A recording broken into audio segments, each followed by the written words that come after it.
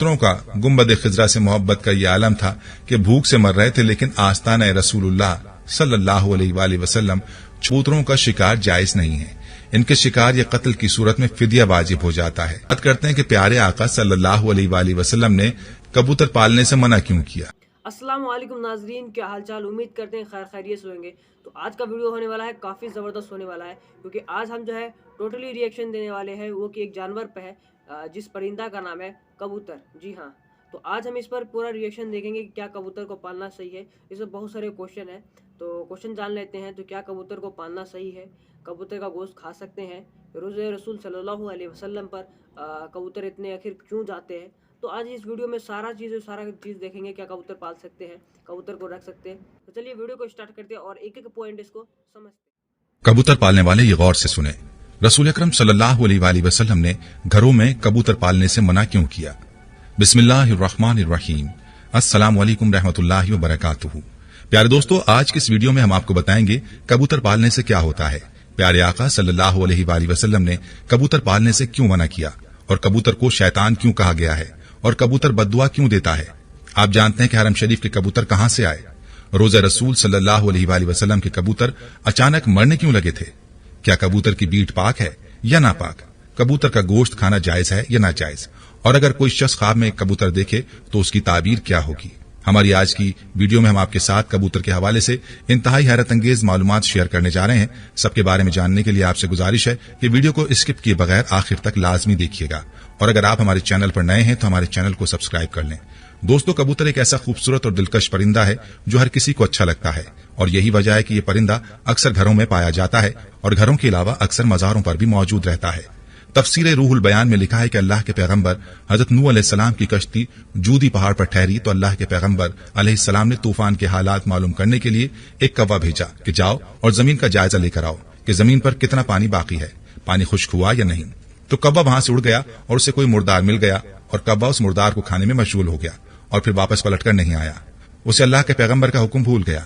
اس کے بعد حضرت نوح علیہ السلام نے کبوتر کو زمین کا جائزہ لینے کے لیے بھیجا، جو واپس آ گیا۔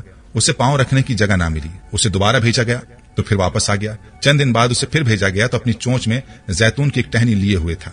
اس سے نوح علیہ السلام نے معلوم کر لیا کہ پانی زمین سے کچھ ہی اونچا رہ گیا ہے اور درخت وغیرہ اگ چکے ہیں۔ کچھ دن بعد اسے پھر بھیجا گیا۔ اس مرتبہ وہ واپس لوٹا تو اس کے پاؤں خاک آلود تھے۔ نوح علیہ السلام سمجھ گئے کہ طوفان رک گیا ہے اور زمین خشک ہو چکی ہے۔ سیرت کی کتابوں میں یہ واقعہ موجود ہے۔ اسی کی بنا پر سیرت نگاروں کا کہنا ہے کہ کبوتر کا آنا سلامتی کی علامت تھا، اور اس کی چونچ میں زیتون کی ٹہنی نوح علیہ السلام کی بادشاہت کی طرف اشارہ تھی۔ حضرت نوح علیہ السلام کبوتر کی اس ذہانت سے بہت خوش ہوئے اور کبوتر کو امن و سلامتی کی دعا دی۔ یہ اسی دعا کی برکت ہے کہ لوگ آج بھی اسے اچھا سمجھتے ہیں۔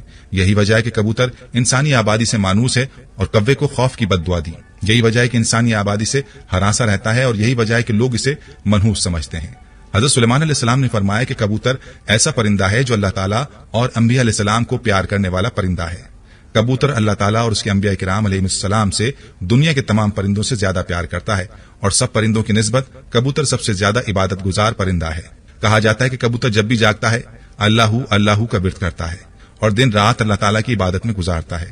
کبوتر سب پرندوں کی نسبت زیادہ بلندیوں تک جا سکتا ہے۔ یہ بہت اونچا اڑتا ہے، جبکہ کبوتر کا پیچھا عقاب کرتا ہے، اور جب عقاب کبوتر کا شکار کرنے کے لیے اسے پکڑنے کی کوشش کرتا ہے تو کبوتر خود کو بچانے کے لیے بہت زیادہ بلندی پر چلا جاتا ہے۔ اس لیے عقاب کے لیے اتنی اونچائی پر جانا مشکل ہو جاتا ہے، اور کبوتر خود کو بچانے میں کامیاب ہو جاتا ہے۔ شاید وہ یہ سوچتا ہے کہ میں جتنا اونچا اڑوں گا اتنا ہی اللہ کے پاس پہنچ جاؤں گا۔ ناظرین، فقہا کے نزدیک گھروں میں شوقیہ پرندے رکھنا یا کبوتر پالنا جائز ہے۔ شرط یہ کہ اس کی غذا سردی، گرمی اور بارش سے حفاظت کا انتظام کیا جائے، اور جب اہل خانہ کہیں گھر سے باہر جائیں تو ان کی غذا اور دیکھ بھال کا مناسب انتظام کر کے جائیں، مگر پرندوں کو ستانے کے حوالے سے ممانعت ہے۔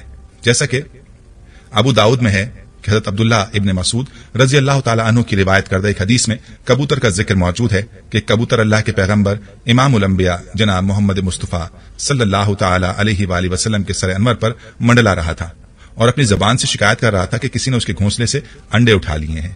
حضور تاجدار ختم نبوت صلی اللہ علیہ وآلہ وسلم نے صحابہ کرام رضوان اللہ علیہم اجمعین میں یہ اعلان کیا کہ کس نے اس کبوتر کے انڈے اٹھائے ہیں۔ ایک صحابی رضی اللہ تعالیٰ عنہ نے انڈا اٹھانا قبول کیا تو آپ صلی اللہ علیہ وآلہ وسلم نے انہیں حکم دیا کہ انڈے اس کے گھونسلے میں واپس رکھ دیے جائیں۔ اس روایت سے معلوم ہوتا ہے کہ پرندوں کو ستانا ناجائز ہے، اس لیے اس سے روکا گیا ہے۔ پرندوں کی بد دعا لگتی ہے،